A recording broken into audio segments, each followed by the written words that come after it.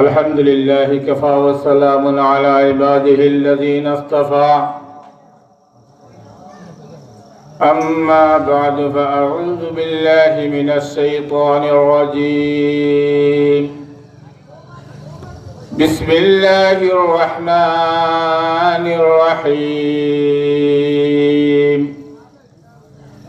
فمن يعمل مثقال ذرة خيرا يره ومن يعمل مثقال ذرة شرا يره بارك الله لنا ولكم في القرآن العظيم ونفعنا وإياكم بالآيات والذكر الحكيم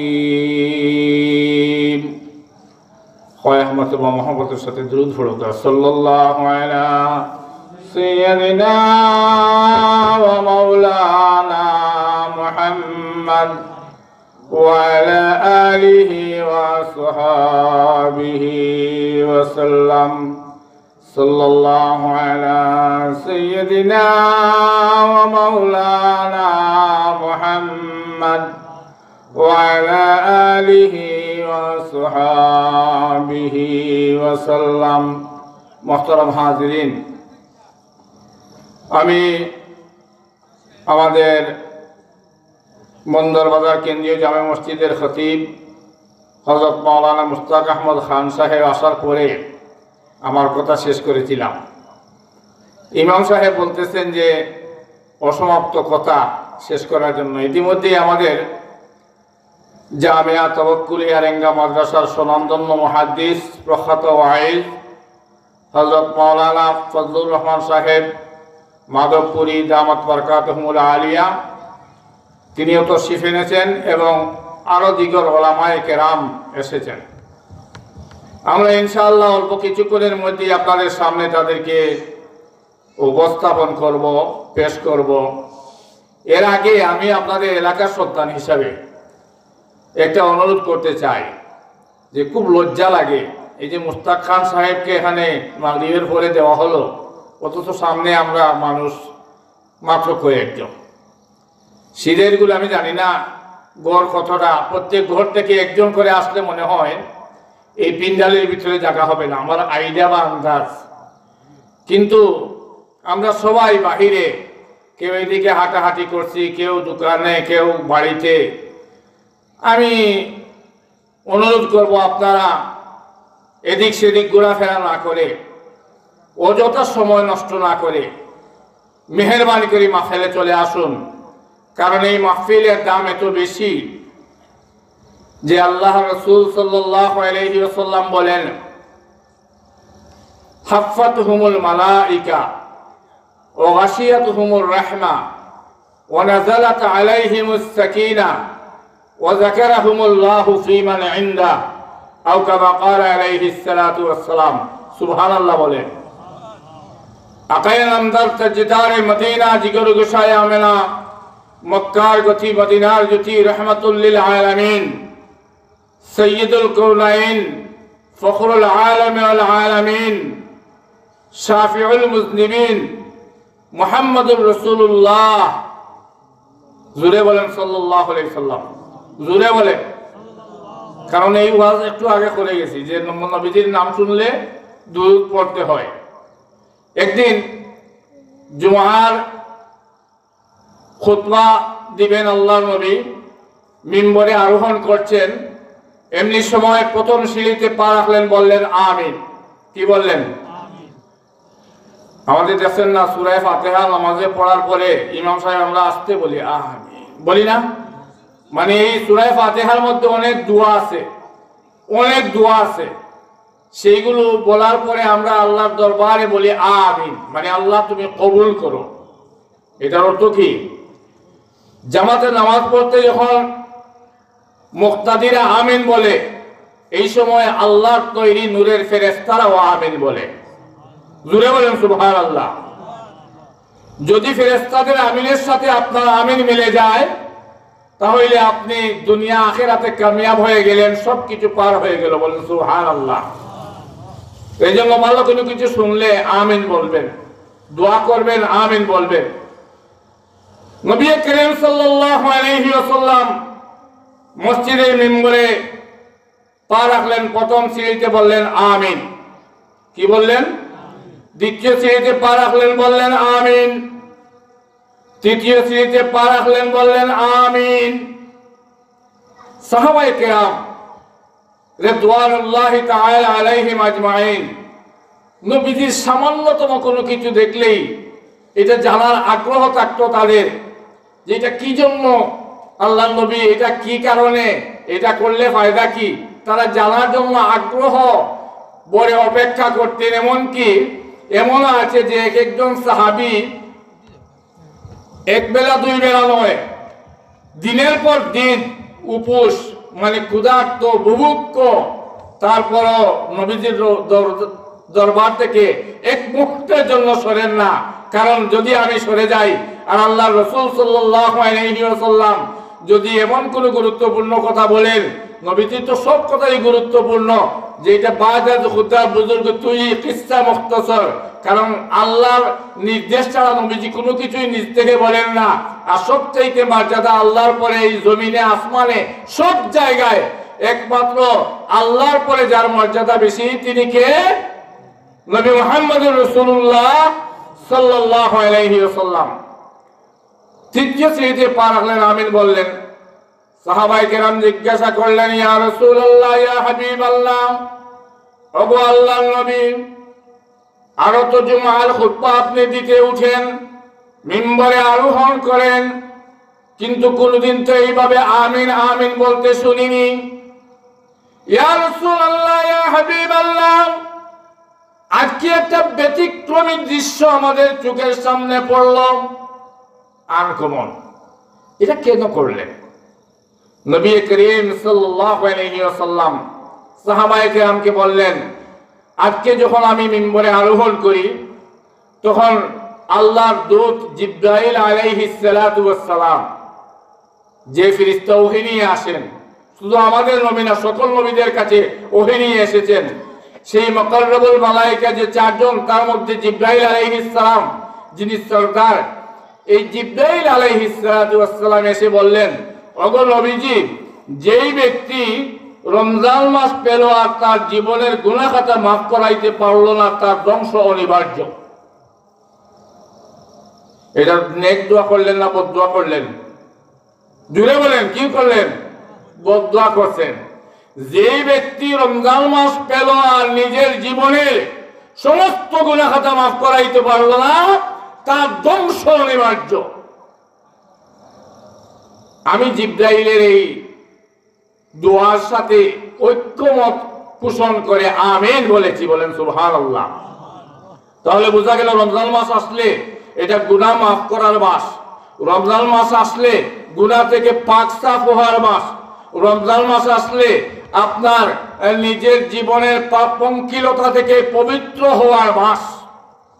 সামনে দিন রমজান মাস আসতেছে না, এই রমজান মাস আমরা যেন নিজের জীবনের গুনাহ খাতা মাফ করানোর জন্য প্রস্তুতি গ্রহণ করি।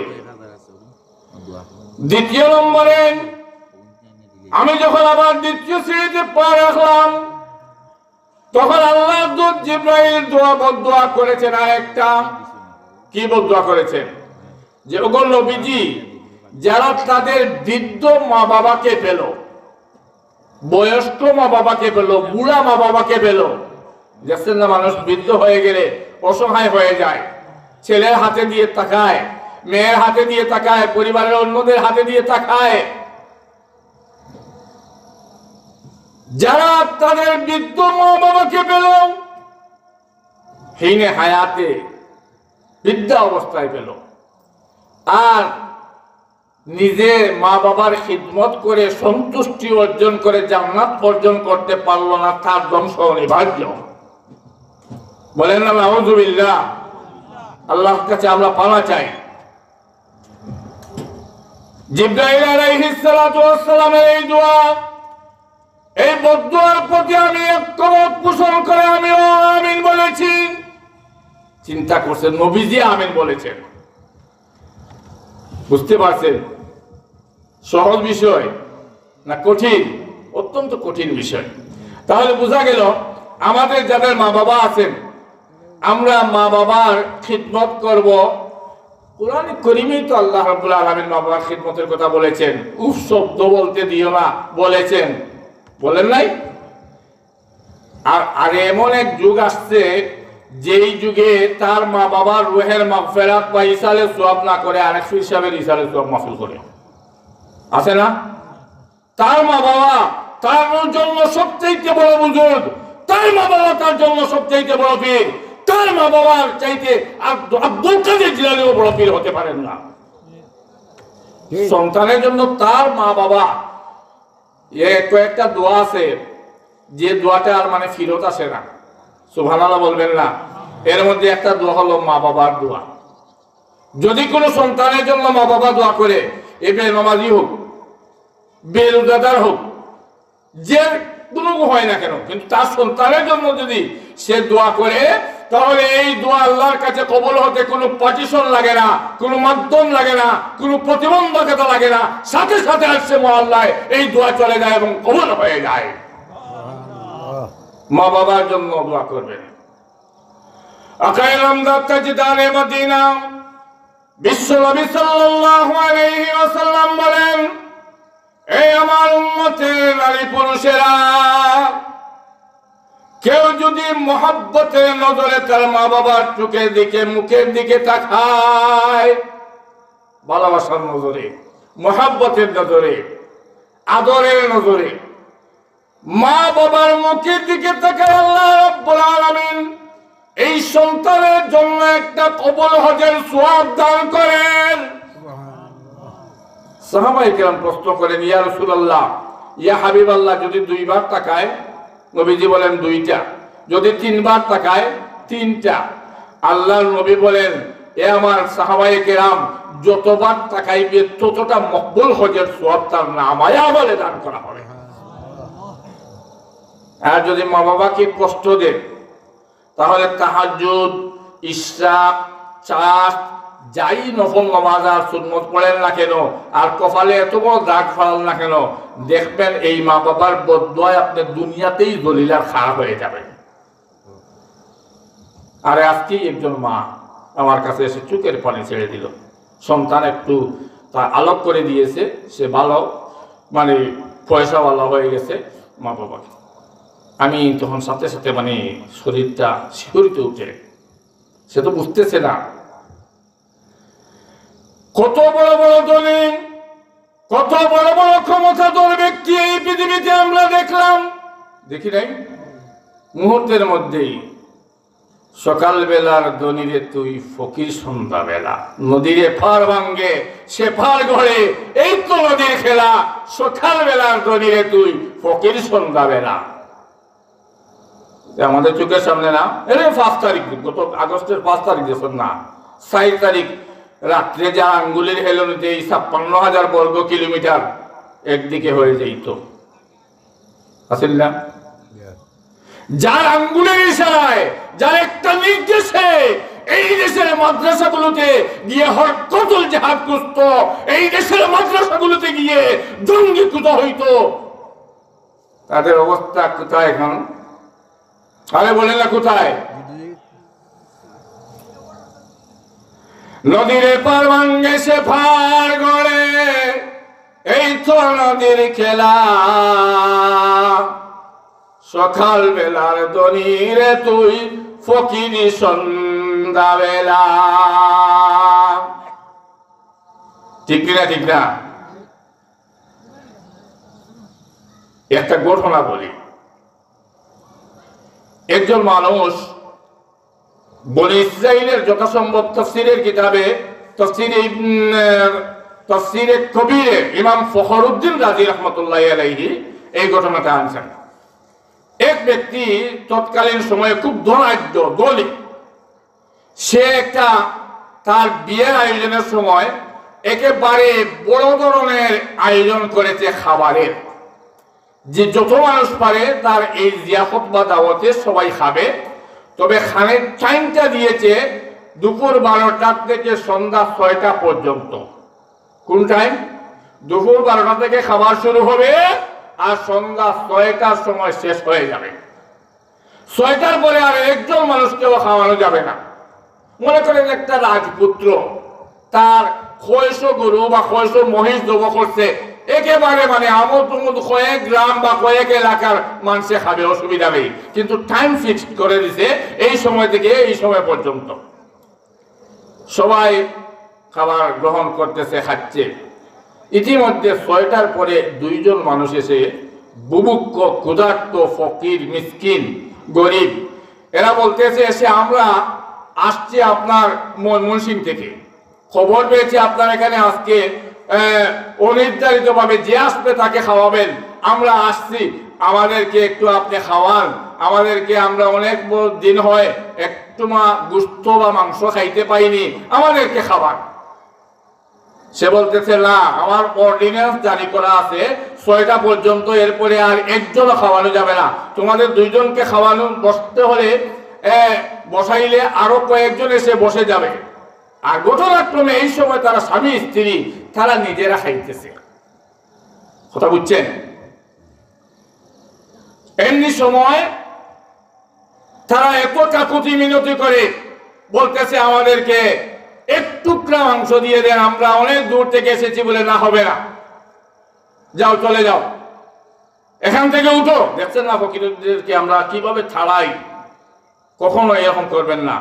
আপনারা হবিগঞ্জি মহদিস সাহেবের নাম শুনেছেন, তফাজ্জুল হক হবিগঞ্জি রহমতুল্লাহি আলাইহি, এই উপমহাদেশের একজন শ্রেষ্ঠ হাদিস বিচারক, তার মুখে আমি একটা ঘটনা শুনেছিলাম। যাই হোক, আমার ঘটনা আমি বলে দেই, তারপরে হয়তো সময় পেলে বলবো। তখন এই 2জন মানুষ মাটিতে লুটিয়ে পড়েছে আর খাচ্ছে আর বলতেছে, হায় আল্লাহ, তুমি আজকে মানুষের দরজার ফকির বানাইয়া আমাদেরকে পাঠাইলাই, লাঞ্ছিত বঞ্চিত অপমানিত করলাই। যদি গো আল্লাহ তুমি রাজ্জাক হয়ে থাকো, রিজেকের মালিক হয়ে থাকো, রিজেকের মালিক কে? আরে ভাই, আমাদের রিজেক খেয়ে দেন, আপনার সন্তানে, আপনার দোকানে, আপনার ব্যবসায়, আপনার ক্ষেত খামারে, আপনার বিদেশি ছেলে। ইমানই তো আমাদের ঠিক না, আমরা মনে করি এগুলো আমাদের মনে হয় রিজেকের মাধ্যম। না, আমাদের রিজেকের মালিক হুয়া রাজ্জাকু যুল কুওয়াতিল মাতিন, একমাত্র আল্লাহ রাব্বুল আলামিন। বলেন সুবহানাল্লাহ। হে আল্লাহ, যদি আপনি রাজ্জাক হয়ে থাকেন, যদি আপনি সকলের রিজেকের মালিক হয়ে থাকেন, তাহলে আর মানুষের দরজায় কখনো পাঠাইবেন না। আমি আমার বাড়িতে চলে গেলাম, আর কোন কেউ বাড়িতে যাব না, কারো দরজায় যাব না, আমার রিজেক আমার ঘরে পৌঁছাইয়া দিবেন। বলেন সুবহানাল্লাহ। ঘটনাক্রমে এই নব বধূ এবং নব বর যে তারা তো তাদের কেমন করতেছে, কিছুদিন পরে এমন একটা রোগ হইল, এই বর যে সে একেবারে কঙ্কাল হয়ে গেছে। কঙ্কাল বুঝেননি? শুকাইয়া পরে খাটা আর কি, বুঝছেননি? এমন অবস্থা হয়েছে যে তার এই সুন্দর সুটামু দেহ থাকেনি, চেহারাও আর আগের মতো নেই, এখন ঘৃণা লাগে দেখলে তারে, মানে বমে বমে করে। এখন এই রাজকন্যা বলতেছে, আমার একটা লাইফ আছে, জীবন আছে, আমি তোমাকে নিয়ে আর আমার জীবনকে গড়তে পারবো না, আমি চলে গেলাম। আমি তোমার কাছ থেকে বিদায় নিয়ে সে তার পিত্রালয়ে বাবার বাড়িতে চলে গেছে। কথা বুঝছেন? এখন বাবাকে গিয়ে বলেছে, বাবা, এত আশা ভরসা নিয়ে আমাকে বিয়ে দিয়েছিলাম, কিন্তু খোদার কি কেরেশমা বোঝা মুশকিল। এই রাজপুত্র আজকে গড়ের একেবারে বিস্তার মধ্যে পড়ে আছে, অত্যন্ত রোগাক্রান্ত, জীবন মরণের সন্ধিক্ষণে। আমার একটা লাইফ আছে, জীবন আছে, এখন আমার বাচ্চা কাচ্চা হয়নি।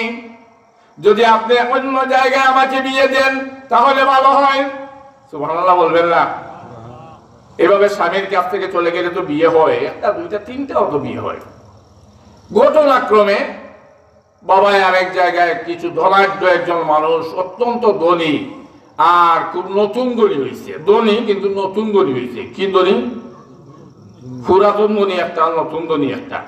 আবার নতুন ধনীরা অনেক আছে, পিছনের কথা মনে স্মরণ রাখে না, কিছুদিন আগে কি করেছে এটা ভুলে যায়। এখন একজন নতুন ধনীর সন্ধান পেলাম, মনে করেন গোয়েঙ্গা, আগে বিয়ে দিছিল অন্য জায়গায়, এখন দিতেছে অন্য জায়গায়, বা আরো অনেক দূর, কোম্পানিগঞ্জের বর্ডার, একেবারে ইন্ডিয়ার কাছে। বিয়ে দিয়ে দিল। এদের এই বিবাহের দিন স্বামী স্ত্রী তারা আপনার নিজেদের আনন্দ ফুর্তি করে খাইতেছে। এমনি সময় একজন মানুষ ভিক্ষুক বা ভিখারির বেশে গিয়ে হাজির হয়েছে। বলেন সুবহানাল্লাহ। গিয়ে বলতেছে, আমি একজন ভিক্ষুক, আমি একজন ভিখারি। দরজায় খেয়ে কখন যায়? একমাত্র আল্লাহ ছাড়া তো আর কেউ দিতে পারে না। গর্ব করবেন না, অহংকার করবেন না, বড়াই করবেন না, কিবির করবেন না। কিছু সম্পত্তি হওয়ার পরে গরিব মানুষকে নেগলেন্সি মাইন্ডে বা তিরস্কার করবেন না, ঘৃণা করবেন না। ফকিরদেরকে কখনো ছাড়িয়ে দিবেন না। কথা বুঝছেন না? এরা স্বামী স্ত্রী, তারা খাবারের ছিল, বলতেছে আমাদের খাবার থেকে ওকে দিয়ে দাও। বস দিয়ে দিছে, খাইছে। এখন বলতেছে, বাবা আমাকে একটু পানি দেন, একটু পানি দেন। স্ত্রী বলতেছে, ওগো স্বামী, আপনি যেহেতু খাবার দিয়েছেন, আমি এক গ্লাস পানি দিয়ে দেই। মহিলা যখন নতুন কন্যা পানি নিয়ে গেছেন, হাত থেকে গ্লাস পড়ে সে বেহুশ হয়ে মাটিতে লুটিয়ে পড়েছে। স্বামী দৌড়ে গেছে, স্ত্রীকে মাটির থেকে তুলছে। কি হলো? বেহুশ হয়ে গেছে, দাঁত লেগে গেছে, কি ব্যাপার? না, পানি টানি দিছে, ডাক্তার আনছে, হুশ আইছে। জিজ্ঞেস করলো স্ত্রী, কি বিষয়? সে বলতেছে, ওগো স্বামী, আজকে আশ্চর্যজনক একটা ঘটনা, যেটা আমি বরদাস্ত করতে পারিনি, সহ্য করতে পারিনি। এই ব্যক্তির কাছে আমার বিয়ে হয়েছিল, আর এইরকম একটা ঘটনা ঘটেছিল। ঘটনা দ্বিতীয়বার বলে লম্বা করতে চাই না, মনে আছে তো ঘটনা? এবার স্বামী বেহুশ হয়ে গেছে। সুবহানাল্লাহ বলেন। স্ত্রীর হুশ আসছে, এখন স্বামী বেহুশ হয়ে গেছে। কি ব্যাপার? স্বামীরেও ট্রিটমেন্ট করা হলো, ডাক্তার দেখানো হলো, পানি মাথায় দেওয়া হলো। সে বলতেছে, স্ত্রী, সেই দিনকের ফকির আমি ছিলাম। সুবহানাল্লাহ বলবেন না? যেটা মানে কল্পনা করা যায়, আপনার দরজায় আমারে আল্লাহ ফকির বানাইতে পারে, আপনারে আমার দরজার ফকির বানাইতে পারে। এই জন্য তাকাব্বুর করবেন না। তাকাব্বুর আযাজিল রাখারে কদ, বজনদারে লানত গ্রেফতারে কদ। তাকাব্বুর হচ্ছে শয়তানের কাজ। তাকাব্বুর করেছিল ইবলিস, এই জন্য তাকে জীবনের জন্য মালউন, অভিশপ্ত শয়তান বানিয়ে আল্লাহ তাআলা পাঠিয়ে দিয়েছেন। তো বলতেছিলাম, তৃতীয় নম্বর সিরিজে আল্লাহর নবী পা রাখলেন। জিবরিল আমিন এই সময় বলেন, ইয়া রাসূলুল্লাহ, ইয়া হাবিবাল্লাহ, যেই ব্যক্তি আপনার নবী মুহাম্মদের নাম শুনবেন আর দুরূদ পড়বে না, তার যেন ধ্বংস অনিবার্য। তাহলে তিনটা বদদুয়া করেছেন, আর বদদুয়ার সাথে মহানবী মুহাম্মদুর রাসূলুল্লাহ সাল্লাল্লাহু আলাইহি ওয়াসাল্লাম ঐক্যমত হয়ে আমিন বলেছেন। তাহলে এই তিন কাজ থেকে আমাদেরকে বেঁচে থাকতে হবে। কি করতে হবে? বেঁচে থাকতে হবে। একটা কি, যে বৃদ্ধ মা বাবার অসন্তুষ্টি কখনো অর্জন করা যাবে না, সন্তুষ্টি অর্জন করতে হবে। মা বাবাকে খুশ রাখতে হবে। আরেকটা হলো, রমজান মাস আসলে নিজের গুনাহ মাফ করানোর জন্য প্রস্তুতি নিতে হবে। এই তো এতে কামে ঢুকবেন, ওলামায়ে কেরামের সোহবতে থাকবেন, বড় নাফি সাহেবের যেখানে কোন জায়গায় আছে, অন্য ওলামায়ে কেরাম কোথায় ইতিকাফ করেন, তাদের কাছে যাবেন। যেইভাবে আমাদের শারীরিক রোগ হলে ডাক্তারে যাই আমরা, কিডনির ডাক্তার আলাদা, হার্টের ডাক্তার আলাদা, ডায়াবেটিসের ডাক্তার আলাদা, বিভিন্ন বিভাগের ডাক্তার দেখাই।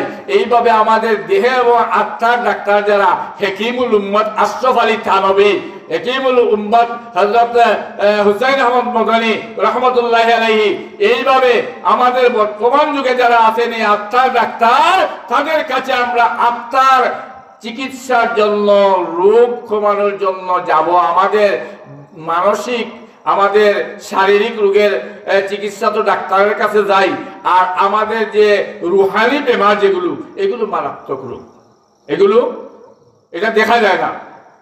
এই যে কি আমি আগে আয়াত পড়েছিলাম, ওয়ালা তাত্তাবিউ খুতুওয়াতিশ শাইতান। আচ্ছা, এই শয়তানকে কি কখনো দেখেছেন? কেউ দেখেছে? দেখা যায়, ধরা যায়, ছোঁয়া যায়, গুলি করা যায়, বোমা মারা যায়, অদৃশ্য। এই শয়তান কেন আদুল মুবিন, কেন প্রকাশ্য দুশ্মন? দেখেন অজুর ঘাটে দুইজনকে দুইভাবে গিয়ে সে অসুয়াশা দিবে। কি করবে? অসুয়াশা দিবে। এই শয়তানের অসুয়াশা থেকে বাঁচতে হলে আপনাকে কুল আউযু বিরাব্বিন নাস, কুল আউযু বিরাব্বিল ফালাক, আউযু বিল্লাহি মিনাশ শাইতানির রাজিম এগুলো পড়তে হবে, বেশি বেশি করে পড়তে হবে, দুরূদ পড়তে হবে, ইস্তেগফার পড়তে হবে। অনেকে বলে, এই তো গত কয়েকদিন আগে দেখলাম এক মন্ত্রী, আমাদের যে বঙ্গবীর কাদের সিদ্দিকী, তার নাম তো জানেন, তার ভাই আব্দুল লতিফ সিদ্দিকী একটা সাবেক মন্ত্রী ছিল। এইটাই একবার হয়েছে কি জানেন, একবার বলেছে যে হজে মানুষ গিয়ে লাখ লাখ কোটি কোটি টাকা সৌদি সরকারকে কেন দেয়, এগুলো বাংলাদেশে খরচ করে না কেন? বলেন নাউযুবিল্লাহ। তখন আমরা জুতা মিছিল করেছিলাম, ঝাড়ু মিছিল করেছিলাম, এই সিলেটেও আমরা করেছি ইনশাআল্লাহ, এখন ওইটা প্রমাণ আছে। আর তারপরে আল্লাহর গজব নাজিল হইছে, তারে মন্ত্রী থেকে এমপি থেকে সরাইয়া দিছিল। এই আব্দুল লতিফ সিদ্দিকী গত কয়েকদিন আগে এক ভিডিওতে দেখলাম, সে বলতেছে আমি আল্লাহর কাছে মাফ চাই না, আমি ক্ষমা চাই না, আমি গুনাহ করিনি। কয় সে এইভাবে মাথা নাড়িয়ে বলতেছে, কেন আমি মাফ চাইবো, আমি তো গুনাহ করি না। বলেন না নাউযুবিল্লাহ, বলেন না নাউযুবিল্লাহ। এই যে খতিব সাহেব একটু আগে ওয়াজ করে গেলেন না, একমাত্র নবী রাসূল ব্যতীত কোন ব্যক্তি বলতে পারবে না আমি জীবনে গুনাহ করিনি। প্রত্যেকের গুনাহ আছে। যেই নবী আকাইলাম দার তাজদারে মদিনা, নবী মুহাম্মদুর রাসূলুল্লাহ সাল্লাল্লাহু আলাইহি সাল্লাম বলবেন না, ওয়াজে আমল না করলে তো অসুবিধা, খালি শুনলে হবে না, আমল করতে হবে। নবী করিম সাল্লাল্লাহু আলাইহি ওয়াসাল্লাম প্রতিদিন 100 বার ইস্তেগফার পাঠ করতেন। কতবার? সাহাবায়ে কেরাম প্রশ্ন করলেন, ইয়া রাসূলুল্লাহ, ইয়া হাবিবাল্লাহ, আপনার আগেও গুনাহ নাই, বর্তমানেও নেই, পরেও নেই, আপনি মাসুম, নিষ্পাপ নবী, হন নিষ্পাপ। নবীদেরকে দিয়ে আল্লাহ তাআলা কোনো গুনাহর কাজ করাননি। আমাদের নবী কি বলেন না? নিষ্পাপ। আমাদের নবী মাসুম। মাসুম শব্দের অর্থ হচ্ছে নিষ্পাপ। নবী করিম সাল্লাল্লাহু আলাইহি ওয়াসাল্লাম বললেন, হে সাহাবায়ে কেরাম, আমাকে যে আল্লাহ নিষ্পাপ করে এই দুনিয়াতে পাঠিয়েছেন, আমি কি আল্লাহর শুকরিয়া আদায় করব না? জোরে বলেন সুবহানাল্লাহ। ইমাম আহমদ ইবনে হাম্বল রাহমাতুল্লাহি আলাইহি জগদ্বিখ্যাত একজন মুহাদ্দিস। আচ্ছা, দুনিয়াতে 4টা মাযহাব আছে, হানাফি, শাফিঈ, মালিকি, হাম্বলি। আহমদ ইবনে হাম্বল যিনি হাম্বলি মাযহাবের ইমাম, 4 মাযহাবের 4 জন ইমাম, বুঝতে পারছেন? ইমাম আহমদ ইবনে হাম্বল রাহমাতুল্লাহি আলাইহি জগদ্বিখ্যাত একজন মুহাদ্দিস। জগদ্বিখ্যাত মুহাদ্দিস বুঝেন না এগুলা? শাইখুল আরব ওয়াল আজম, শাইখুল ইসলাম আল্লামা সৈয়দ হুসাইন আহমদ মাদানী রাহমাতুল্লাহি আলাইহি, বলেন রাহমাতুল্লাহি আলাইহি। শাহ আনোয়ার কাশ্মীরি রাহমাতুল্লাহি আলাইহি, কাসিম নানাতুবি রাহমাতুল্লাহি আলাইহি, শেখুল হিল মাহমুদ হাসান রাহমাতুল্লাহি আলাইহি, এরা ইলমের সাগর, মহাসাগর জাহাজ। সুবহানাল্লাহ বলবেন না? শাইখুল ইসলাম আল্লামা মুশাহিদ বায়ামপুরি রাহমাতুল্লাহি আলাইহি, এই যে সভাপতি, উনি দেখছেন উনাকে, ইলমের সাগর, ইলমের সাগর, এক কাতরা সাগরের পানি কেউ কোনোদিন বাঁচতে পারছে? বলেন না? জোরে বলেন সুবহানাল্লাহ, আরো জোরে বলেন সুবহানাল্লাহ। এদের চাইতে অনেক বড় মুহাদ্দিস। এখন বর্তমানে সিদাইলগুল মাদ্রাসা আছে, সাহেবের বাজার মাদ্রাসা আছে। আমি গত কয়েকদিন আগে আবু রায়না মাদ্রাসায় বলেছি, ইলিয়াস মিয়া সাহেব তাই গত বছর মানিত 5000 টাকা দিয়েছে। ইলিয়াস মিয়া সাহেব কোন গ্রামে? এই সিদাইলগুল গ্রামের ইলিয়াস মিয়া সাহেব 5000 টাকা গত বছরের তার ওয়াদাকৃত ছিল দিয়েছেন। শাহিন ভাই 1000 টাকা দিয়েছেন। হেলাল ভাই হ্যাঁ গুলজার আহমদ তানোর দাদা দাদি বাপর লাগি দোয়া করতে গুলজার আহমদ ওনার দাদা দাদির জন্য 500 টাকা দিয়েছেন, আরো 500 টাকা লেখা আরো 500 টাকা লেখাইছেন। আচ্ছা একটা নারা দিবেন কিনা, আমার সাথে একটু সাথ দিবেন নি আপনারা? নারে তাকবীর, নারে তাকবীর। আওয়াজ হয়নি এখানে, যে পরিমাণ মানুষ সেই পরিমাণ আওয়াজ হয়নি। দিন ইসলাম, জুড়ে বলেন দিন ইসলাম। সিদাইলগঞ্জ জামে মসজিদ, সিদাইলগঞ্জ জামে মসজিদ, ওলামায়ে হক্কানি, ওলামায়ে রব্বানি। নুরুল আমিন মামা 100 টাকা নগদ, আর আগামী বছর আলহামদুলিল্লাহ নুরুল আমিন সাহেব 100 টাকা নগদ, আগামী বছর 500 টাকা। আয় আল্লাহ, আমার এই ভাই যারা 4 জন 5 জন এই মাত্র টাকা দিলেন, আল্লাহ ইয়া আল্লাহ, সমস্ত জাল মাল আওলাদ সম্পদের মালিক তো আপনি, এগুলোর মালিক কে? জি এখান থেকে উঠিয়ে আমি যাওয়ার পরে যদি সড়ক হয় তো এটিও আমার দম যায় কি, তার মালিক কে? আমার ক্ষমতা আছে নি বাঁচবার? আচ্ছা বাংলাদেশের সবচেয়ে বড় ডাক্তার আনলে আমার বাসায় জীবনী, জি জানের মালিকও আল্লাহ, মালের মালিকও আল্লাহ, দেহের মালিক আল্লাহ, মনের মালিক আল্লাহ, সবকিছুর মালিক কে? ক্ষমতার মালিক কে? বাহাদুরি কই করি আমরা, সিঙ্গাটা নাই, এটা নাই, আটি যে নাই, আমার লাখান গুন্ডা নাই। আরে বাবা কত বাহাদুর অকল দেখলাম না আমরা, যারা 41 সাল পর্যন্ত পরিকল্পনা করেছিল, 41 মিনিটে আল্লাহ তাআলা তাদেরকে দেশ নাই দেশান্তর করে ফেলেছে। এতে বোঝা যায় সব ক্ষমতার অধিকারী, সব ক্ষমতার মালিক কে? জুড়ে বলেন সবকিছুর মালিক আল্লাহ। আয় আল্লাহ, আমার এই ভাইয়েরা যিনি তার ওয়াদাকৃত টাকা দিলেন, যিনি এখন আরো দিলেন, ইয়া আল্লাহ আরো ওয়াদা করলেন সামনে দিবেন, আল্লাহ আমার এই ভাইদেরকে আপনি ইয়া আল্লাহ কিয়ামতের দিন কঠিন মুসিবতের সময় আপনার হাবিব মুহাম্মদুর রাসূলুল্লাহ সাল্লাল্লাহু আলাইহি ওয়াসাল্লামের হাতে হাউজে কাউসারের পানি খাওয়ায়া আপনি তাদের কলিজাকে ঠান্ডা রাখিয়েন। আমিন। ভালো কইতে নাইনি, জোরে বলেন আমিন। ইয়া আল্লাহ তাদের মা বাবা, দাদা দাদি, নানা নানি, যে সমস্ত মুর্দেগানরা কবরবাসী হয়ে গেছেন, সাথে সাথে আমাদের মুর্দেগানদেরকে ইয়া আল্লাহ তাদের কবরকে আপনি জান্নাতের বাগান বানিয়ে দেন। জোরে বলেন আমিন। ইয়া আল্লাহ তাদের জান মাল আওলাদ ইজ্জত আবরু, খালি টাকা পয়সা চাইতে নিবা, ইজ্জত আবরু চাইতে নানি। وتعز من تشاء وتذل من تشاء। ইজ্জত দেখে বেইজ্জত করে কে? এই মুহূর্তে সবচাইতে এসএসএফ, সবচাইতে কড়া নিরাপত্তা, বুলেট প্রুফ গাড়ি চালায়, তারে দেখল লেংটা করিয়া বর্ডারও বাইরে যা। আর দেখছেন না আপনারা, এটা লুকাই গুন্তা কইলাম নি, এত সম্মানের মালিক মুহূর্তের মধ্যেই এই সম্মান কোথায় চলে গেল, কোথায় চলে গেল? এই ইজ্জত দেখে বেইজ্জত করে কে? وتعز من تشاء وتذل من تشاء। এজন্য ইজ্জতের জন্য আল্লাহর কাছে সওয়াল করবেন, বেইজ্জতি থেকে বাঁচার জন্য আল্লাহর কাছে সওয়াল করবেন। হায় আল্লাহ, আমার এই ভাইদেরকে আপনি বা ইজ্জত দুনিয়া আখিরাতে রাখিয়েন। আমিন কইতা নাইনি? হায় আল্লাহ তাদের রুজির মধ্যে, রিজিকের মধ্যে আপনি খয়র ও বরকত দান করেন, বলেন আমিন। তো আহমদ ইবনে হাম্বল রাহমাতুল্লাহি আলাইহি, এখন তো দেখেন না, ওই আমি সেদিন আবু রহমান সাহেবের দোসা বলছি যে আজকে মনে হয় খাদিমনগর ইউনিয়নে 20টা হইব মাদ্রাসা, কিন্তু এক মাদ্রাসা আছিল যে আজকের সভাপতি দিলওয়ার সাহেব, বক্ত সাহেব, তাইনকে জিজ্ঞাসা করুন, তোকুলিয়া মাদ্রাসা খালাকুল ছাড়া আর মাদ্রাসাও আছিল না। তাও রেঙ্গার খলিফায়ে মদনী হযরত বদরুল আলম শাইখ রেঙ্গা রাহমাতুল্লাহি আলাইহির কিছু মুরিদরা এই মাদ্রাসা করেছিলেন।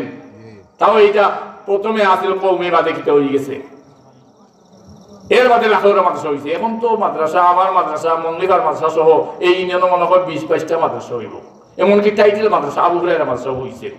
ঠিক না? ঠিক নাই? আরে আমরা লেখাপড়া করি বলা, আমার বাড়ি বড়সলা, আমি লাখোরা মাদ্রাসা 2 মাইল 2.5 মাইল আঁকিয়ে গিয়ে পড়া লাগতো। এই আছে মানে অবস্থা। আগেকার যুগে যারা হাদিস বেত্তা, মুহাদ্দিসিনে কেরাম, তারা হাদিস সংগ্রহ করতেন। আজকে শুনতেন যে পাকিস্তানে একজন আলেম আছেন, উনার কাছে একটা হাদিস আছে, বস উনি চলে যেতেন। তাও গাড়ি ঘোড়ার ব্যবস্থা ছিল না, বিমানের ব্যবস্থা ছিল না, জাহাজের ব্যবস্থা ছিল না। এই হাদিস সংগ্রহের জন্য কয়েক মাসের সফরে, কয়েক বছরের সফরে, কয়েক দিনের সফরে বের হয়ে যেতেন। সুবহানাল্লাহ বলবেন না? ইমাম আহমদ ইবনে হাম্বল রাহমাতুল্লাহি আলাইহি একটা হাদিস বা কয়েকটা হাদিস শুনেছেন একজন মানুষের কাছে আছেন, মনে করেন উনি সিরিয়ায়, ইরাকে, উনি সেই দেশের উদ্দেশ্যে সফর করতে বের হয়ে গেছেন।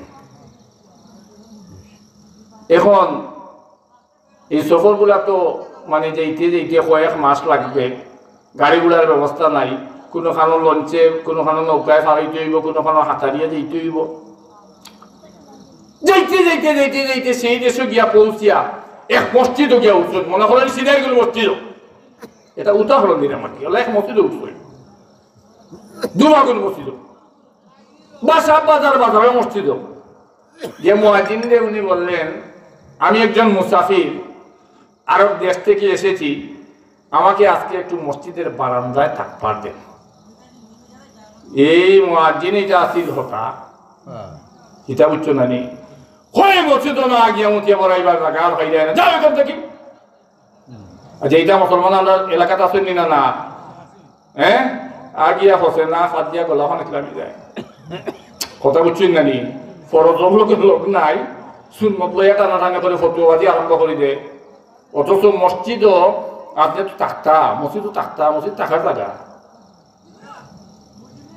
এক বেটায় এক গ্রাম্য বেটায় মসজিদে পেশাব করে দিছে।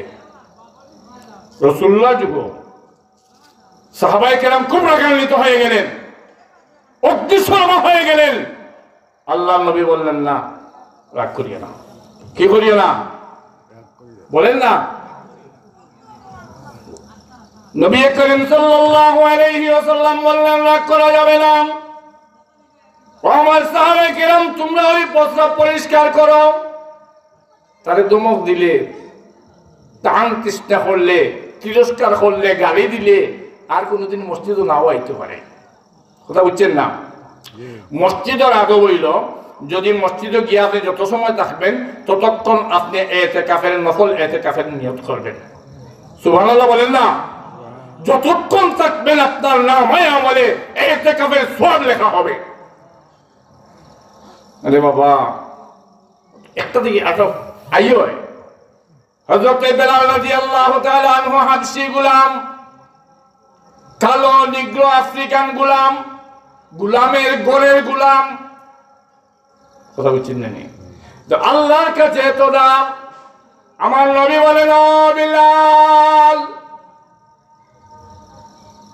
মেরাজে গেলাম, জান্নাতে দেখি তোমায়, আমার আগে আগে হাঁটো। সুবহানাল্লাহ বলবেন না? এই মর্যাদা কোথা থেকে পেলেন? কোন আমলে তোমার এই মর্যাদায় পৌঁছাইল? সুবহানাল্লাহ বলেন। হযরত বেলাল রাদিয়াল্লাহু আনহু বলেন, ইয়া রাসূলুল্লাহ, ইয়া হাবিবাল্লাহ, আমি জানি না আমার তো এমন কোনো আমল নেই গো নবীজি, কিন্তু আমি ওযু করেই 2 রাকাত তাহিয়াতুল ওযু বা তাহিয়াতুল মসজিদ নামাজ পড়ি। যে মসজিদে যাবেন প্রথমে গিয়ে ওযু করে 2 রাকাত নামাজ পড়বেন। কথা বুঝছেন? মনে রাখবে, এই আমলটা আজকে থেকে শুরু করে দেন, দেখবেন আল্লাহ রাব্বুল আলামিন আপনার দুনিয়া আখিরাত উজালা করে দিয়েছে। বলেন সুবহানাল্লাহ। আহমদ ইবনে হাম্বল রাহমাতুল্লাহি আলাইহি এই মুয়াজ্জিনে বলতেছেন, মসজিদে গেলে পেশাব পায়খানা করিয়া বলাইবার জায়গা না। যাও, যেখান থেকে আইছো, যেদিকে আইছো আপনি অন্য জায়গায় ব্যবস্থা করেন। ইমাম আহমদ ইবনে হাম্বল রাহমাতুল্লাহি আলাইহি তিনি বের হয়ে গেলেন, গিয়ে দেখেন এক জায়গার মধ্যে এক বিচারা একজন বাবুর্চি রুটি বানাইতেছে। কিটা বানাইতেছে?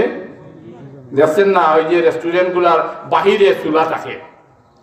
ইমাম আহমদ ইবনে হাম্বল রাহমাতুল্লাহি আলাইহি তার কাছে গিয়ে বললেন, ভাই একটু সময় আমি আগুনটা তাবাইয়া, আমার ঠান্ডা মাঝে এখন শীত করে নেই, আমরা আগুন তাবাই নানি, আমার একটু সুযোগ বানে হয়, অসুবিধা নেই আপনার।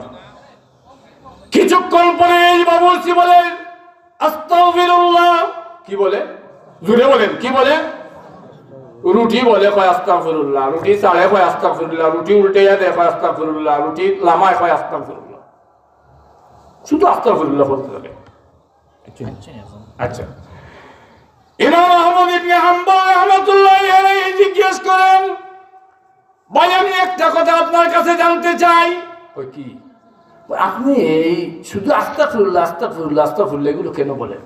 সে বলতেছে এগুলো আপনি বুঝবেন না। খারে কইতেছে জগৎ দিকে এক মুহাদ্দিসকে, আপনি বুঝবেন না। ভাই কি বিষয় একটু বললে আমার।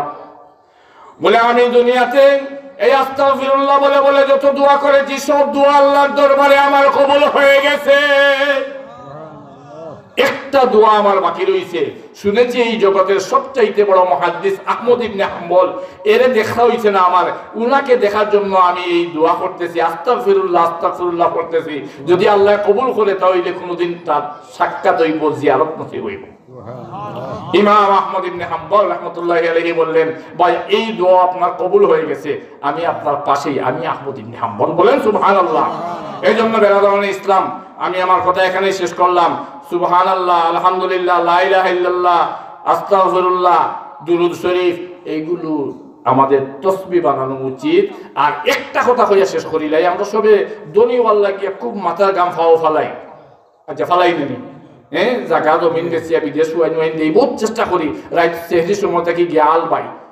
একটা টিপস দিয়া যায়, একবারে সংক্ষেপে আধা মিনিটে কইলি। নবী করিম সাল্লাল্লাহু আলাইহি সাল্লামের কাছে এক সাহাবী আইয়া কইলা, ইয়া রাসূলুল্লাহ ইয়া হাবিবাল্লাহ, আমি গ্রাম্য সাহাবী আইছি, লম্বা করি না একবারে বাক্য করে কইলাম, আমার নুন আনতে ফান্তা ঘুরায় 500 টাকা রোজ পাই, ফ্যামিলিত মানুষ বেশি, খরচ হয়ে যায় 1200 টাকা, আমি দিন দিন বারে একবারে আমি নাজেহাল হয়ে গেছি, আমার এমন কোনো আমল কইয়া দেন। আল্লাহর নবী বললেন, যাও আজকে থেকে তুমি তোমারে একটা আমল বলে দিচ্ছি, তুমি ধনী হয়ে যাবে। যে কি আমল? যে তুমি খাম কাজ সেরে যখন সন্ধ্যার সময় আসবে, এসেই করে ঢুকবে না, দরজার সামনে দাঁড়িয়ে প্রথমে বলবে আসসালামু আলাইকুম ওয়া রাহমাতুল্লাহ।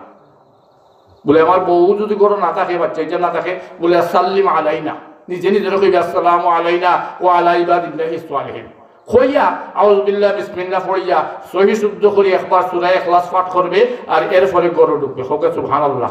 আচ্ছা মনটা বলি, আর কিছুদিন পরে তোমার রিপোর্ট আমারে দিবাই। এই সাহাবী চলে গেলেন, ইয়ার নবীজির রিপোর্ট উপর দিন না। একদিন একটা আল্লাহ নবী সেই দিকে গেছেন, গিয়া দেখেন এই সাহাবী ডাক দিলা, কিতা বিষয়, তুমি না আমার কাছে গেছলাই?